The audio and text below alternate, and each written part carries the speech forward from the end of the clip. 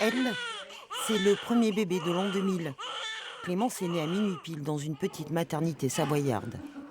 À l'époque, ses heureux parents savaient-ils que son monde serait celui de la crise économique, du terrorisme, de Google, de l'euro? Savait-il qu'elle aurait la planète au bout des doigts, que ses musiques seraient compressées et ses envies de liberté soumises aux périls climatiques?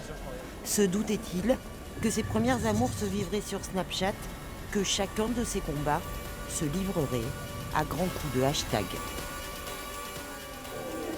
Avoir 20 ans en 2020, C'est compliqué. c'est être jeune et vivre dans un monde où l'avenir est incertain. C'est vivre dans un monde où potentiellement tout est à refaire. Enfin, en tout cas, des choses sont à réinventer. Donc c'est génial, parce que du coup, il y a un potentiel énorme. Quand on a 20 ans, qu'on peut voter, qu'on commence à réfléchir, qu'on s'investit, du coup ça devient de la colère, de la désillusion, de la déception. Donc cette notion de justice sociale me parle beaucoup. Ouais, il y a vraiment besoin d'une justice et je pense on arrive aussi à la limite d'un système et ça devient une notion qui est de plus en plus présente et qui est censée être primordiale pour faire la transition écologique aussi. Tom a décidé de prendre un an pour réfléchir. Il est en service civique.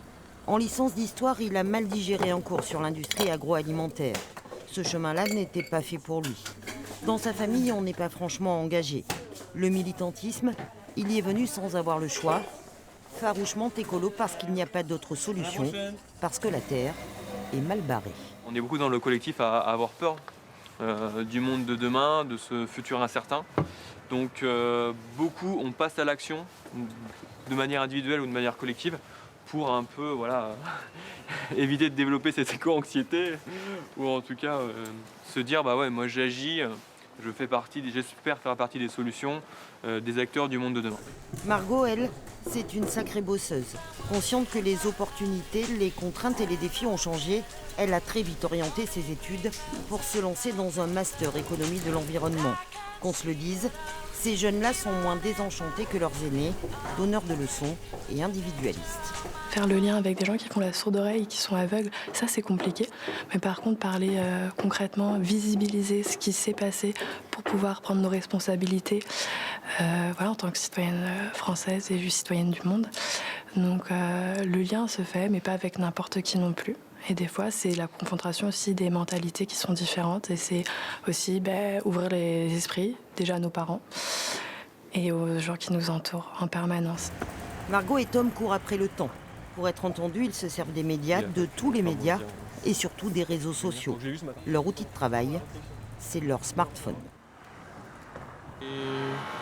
On va mettre une petite photo. Je relis pour pas faire de fautes.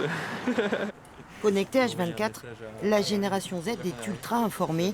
Avec cette tribu-là, tout va vite, très vite. J'ai fait une petite publication rapide. J'avais prévu de faire une publication sur nos réseaux sociaux, quoi, pour informer notre petite communauté qui grandit quand même. Que là, on est ce matin à Sonne. Ouais. On peut toucher des lycéennes, des lycéens. On peut pas passer à côté d'Instagram. Si on veut mobiliser, on peut pas passer à côté de Facebook, de Twitter. Aujourd'hui, on sait l'ampleur qu'a eu cette manifestation.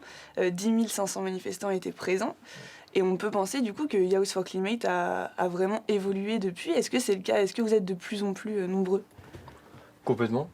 C'est vrai que comme tu disais, on a été surpris, positivement d'ailleurs. Rassembler autant de jeunes à Nantes, c'était pas arrivé depuis 2006, avec réforme CPE.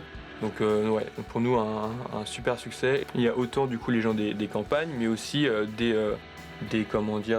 banlieues. C'est-à-dire que les quartiers populaires, nous c'est aussi un vrai objectif d'aller davantage vers ces quartiers.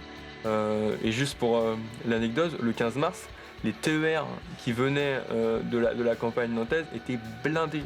Mais de chez blindés, ils venaient tous à notre mobilisation. Donc il y a quand même moyen de faire venir ces populations. C'est plus compliqué. Effectivement, ça passe par les réseaux sociaux, ça c'est sûr.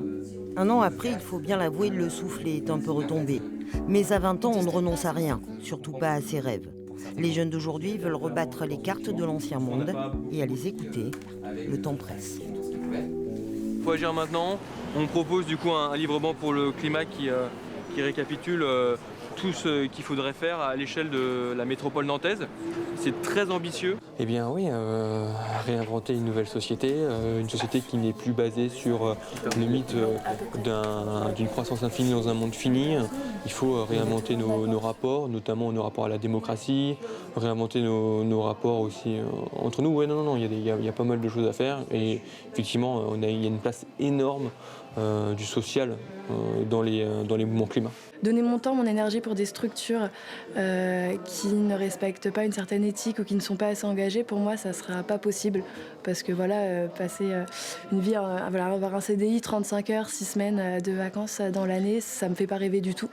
Par contre, participer à faire éclore un nouveau monde, à construire ça, à rêver, à être dans l'utopie aussi, dans l'intelligence collective, ça, je signe.